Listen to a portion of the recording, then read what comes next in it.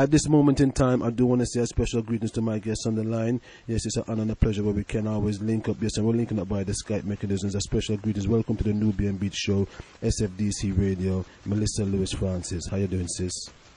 I'm fine, thank you. Excellent. Welcome. Thank you for joining us on the show.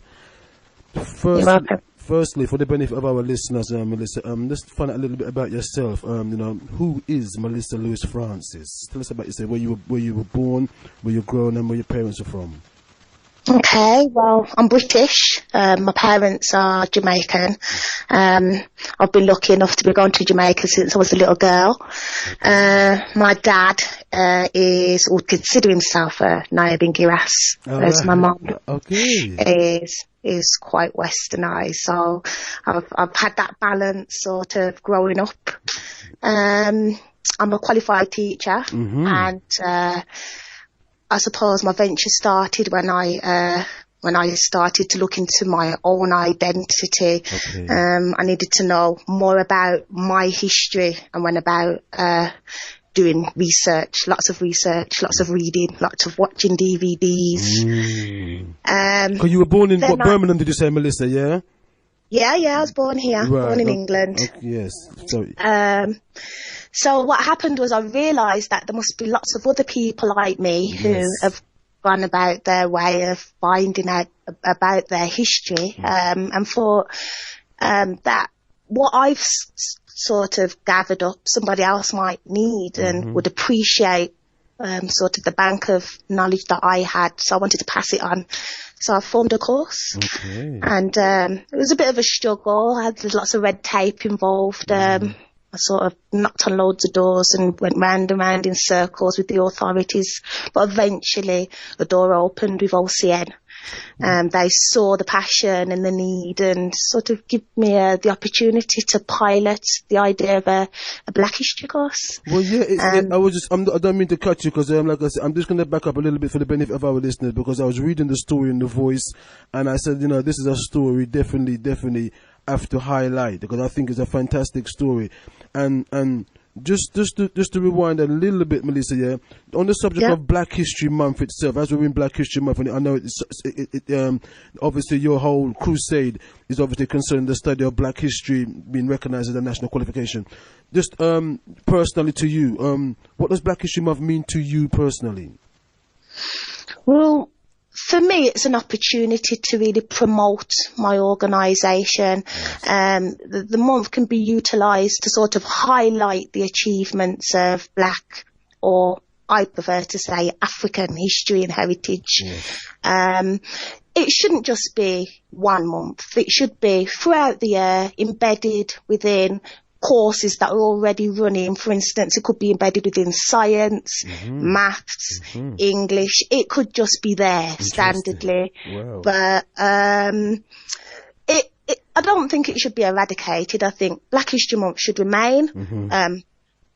But I do think we as a nation need to sort of really grab the opportunity and make it special, because it does seem to be dying out. Not a lot happened this year. Not a lot was on the TV. And it's up to us really to speak up and to sort of make sure that it is a quality month. But as I say, should be throughout the year. Yeah, no, bless you, definitely. So I'm definitely share those sentiments, and hence the reason why I'm reading about your personal crusade. Yes, and again, let's take it from there. Tell us more about your personal crusade to have the study of Black history recognised as a national qualification. Initially, what was the thought process? What was the inspiration? Were there other people who inspired you? Is there other? What was the source of your inspiration? Well, I sort of did a bit of research, and I went around and randomly asked people what did they know about Black history, and the majority said slavery.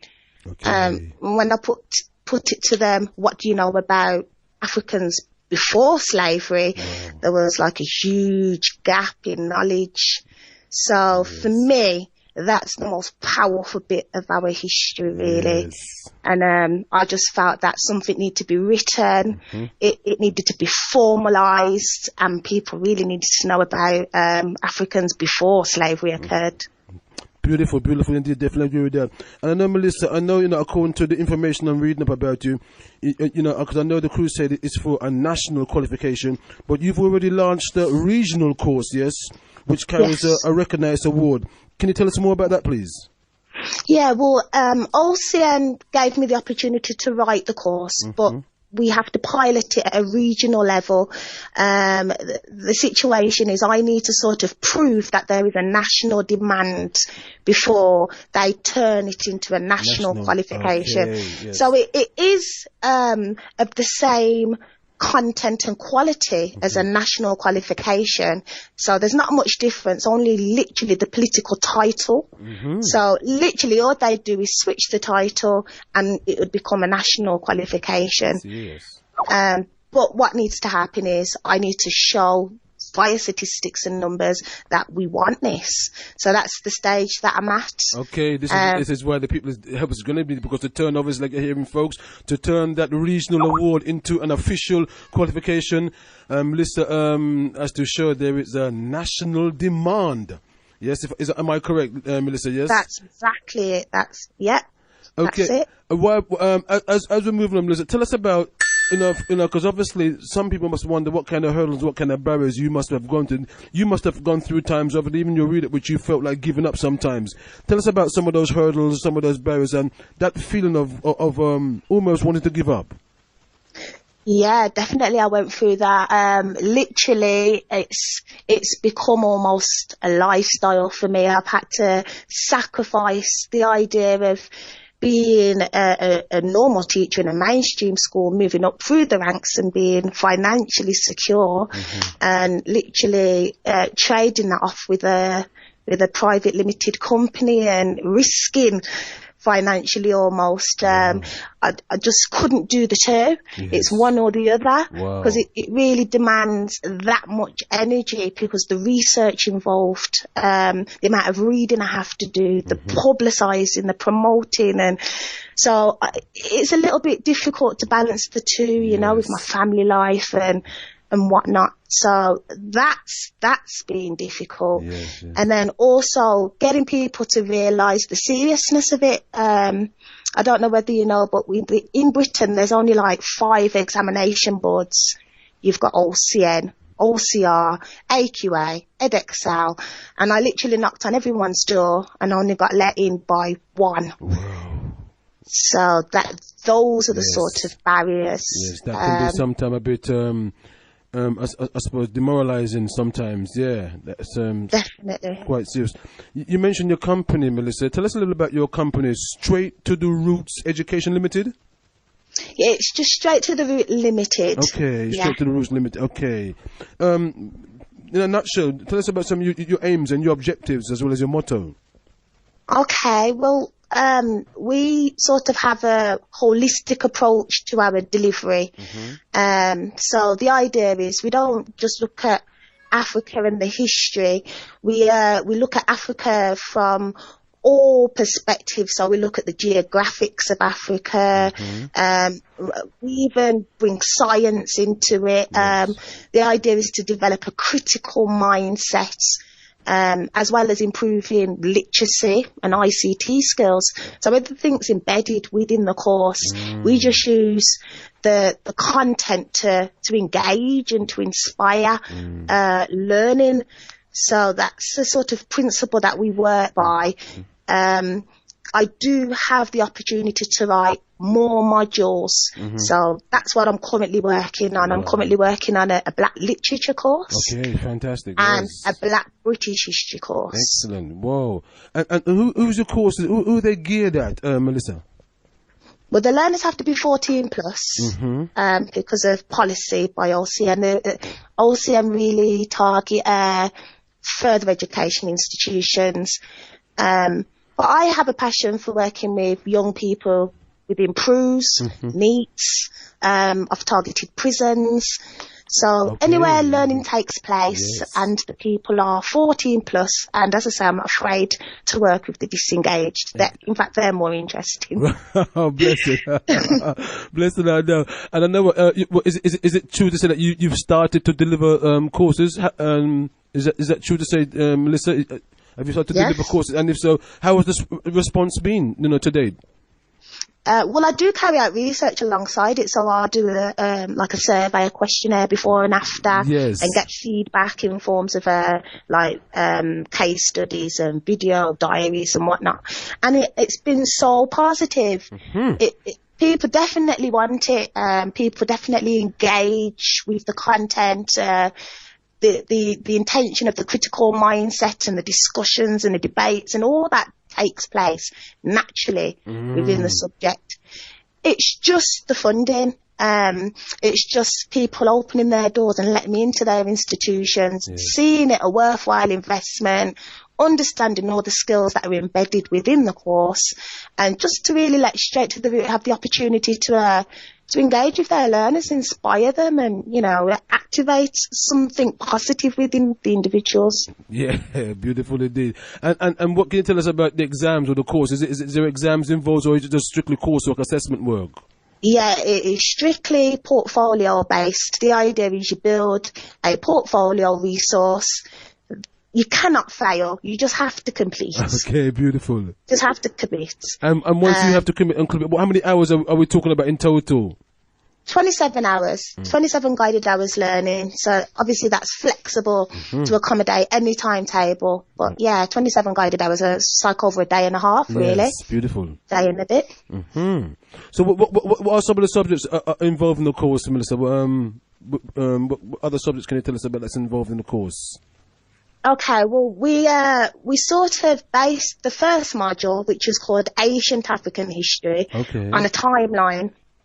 I sort of understood that people didn't know how to read time, and it was important for them to understand how a timeline is read, so that they can visualize where each event took place. So there's a timeline that we work with, a Straight to the Root timeline, and we go back 5 million years BC. Wow. So we look at human evolution. We sort of take on Darwin's theory and we critique it. So all of that evolution took place in Ethiopia, really. Wow. So it's an opportunity to look at Africa from a scientific perspective, and as I say, develop that critical mindset. And then we sort of go along the timeline.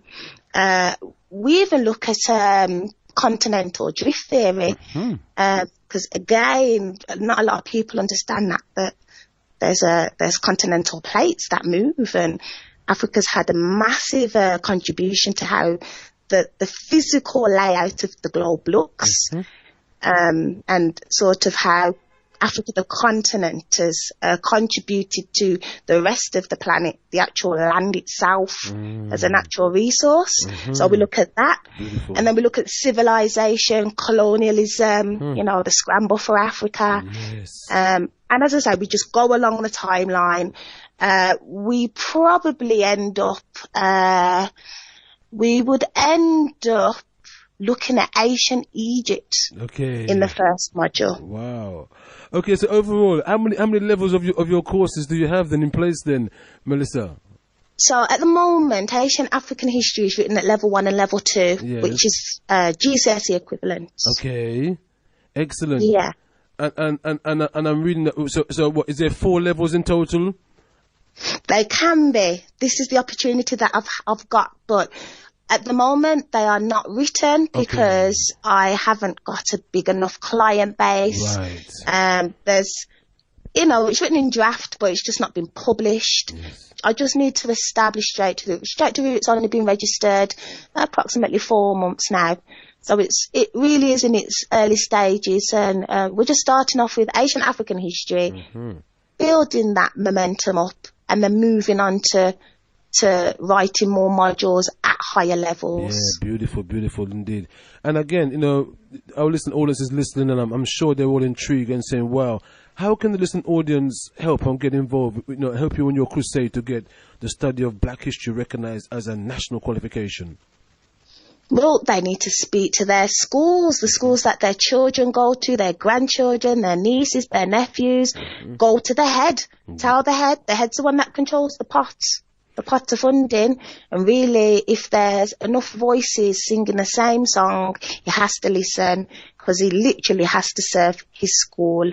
So, you know, go to your heads, tell them about Straight to the Roots, give them my contact details, and don't stop until you see us turn up at the school. Do you want to give your contact details on the Melissa? Do you have contact details that you're able to give out at this moment in time? Yeah, I do. Yeah, yes. Feel free to give out your contact details for anybody nationally who may want to contact you for further info, your website, etc. Okay, so the email address is STTR, which stands for Straight to the Roots, at live.co.uk. Alternatively, they can call me on my mobile, the company mobile, should I say, which is 07 583 138 635. And again, you were saying earlier on, how are you funding it? That's that area that you say you're struggling with also, Melissa? Yeah, at the moment, everything's come out my own pocket, everything. Okay, so sponsorship, etc. You open for invites for anybody who may want to also sponsor. Yes, definitely. At the moment, it would be amazing to have a printing sponsor. Okay. That would really be amazing. Okay. If we could negotiate something. But yeah, I'm definitely open for anybody who wants to support Straight to the Roots sponsorship, or even if they feel they could offer some expertise to myself. If anybody specialises in any area of Black history, feel free to call me. It is quite a lonely journey. Mm-hmm. There's not a lot of people who specialise in this area, so it is really overwhelming when I get a sense of support. Excellent, excellent. And again, you know, we're here as a community station. Is there anything we can do to help you get involved? Yeah, if you could just, keep your listeners up to date with our progress. Mm-hmm. Let them know that we're here and we're open to coming up to Luton and delivering the course. Just to keep them updated would be amazing. Yeah. Fabulous, fabulous. Before we come to your closing comments, just send some greetings to some loved ones out there, Melissa. Yeah, definitely. And I send lots of love out to my mother and my father, my brothers, my children, Natera and Masai, everybody that's involved with Straight to the Roots, OCN, of course. Yeah. I think that covers everybody. God bless you. Sorry if I've missed out anybody. Love you guys. One step, Melissa. I've got management would like to ask you a question. Okay. Hello, Melissa. Hi. Good evening. Good evening. You mentioned printing. When you say printing, in what way can someone get involved with printing? Okay. Well, each learner has to have a portfolio. And at the moment, that portfolio consists of approximately 50 pages and a folder. Okay. They could be ready-made. So I'm sort of imagining a sponsor who supports that printing. Obviously, we could negotiate how that could work. They could have their logo and everything I do. I don't know. Negotiation would need to take place. But at the moment, the printing is sort of the main outcome. So, the main funding. For example, how much is it costing you at the moment for printing, like printing one portfolio? Okay, one portfolio costs me about £5.50. Okay. Not much. But imagine £5.50 over 100 learners. And what's the average amount of learners do you get? Okay, well, the course is only feasible if I teach a minimum of 6. So I say 6 is the minimum, but then, class size up to 30. The more learners, the cheaper the cost. All right. So what I'm going to say, I'm going to speak to you offline and we talk about this sponsorship in terms of the printing side of things and the promotional side. So I'll keep talking to you on the Skype, okay? Fantastic. All right. Nice talking to you. Thank you. There you go, Melissa. Things happening now already. All you're gonna do is ask the universe, and like we said, like my Empress would say, just ask the universe in sincere, and it will be received. But yeah, so Melissa, is again, can you just give out your contact details for anybody who just logged on and tuned in, one more time, please? Yeah. So the email address is STTR, which stands for Straight to the Roots, at live.co.uk. And the number is 07583 138 635. Fantastic. And Melissa, what would your closing comments be to our listening audience? My closing comment would definitely be there is a connection between history and identity. Mm-hmm. If you study history, you're more firm for today. Wow. And firmer in making your future decisions. History is definitely important, and it's important that Black history is brought to the mainstream and not a taboo subject. What beautiful words, sound and power. Melissa Lewis Francis, thank you for joining us on SFDC Radio, the Nubian Beat Show. Yes, it's been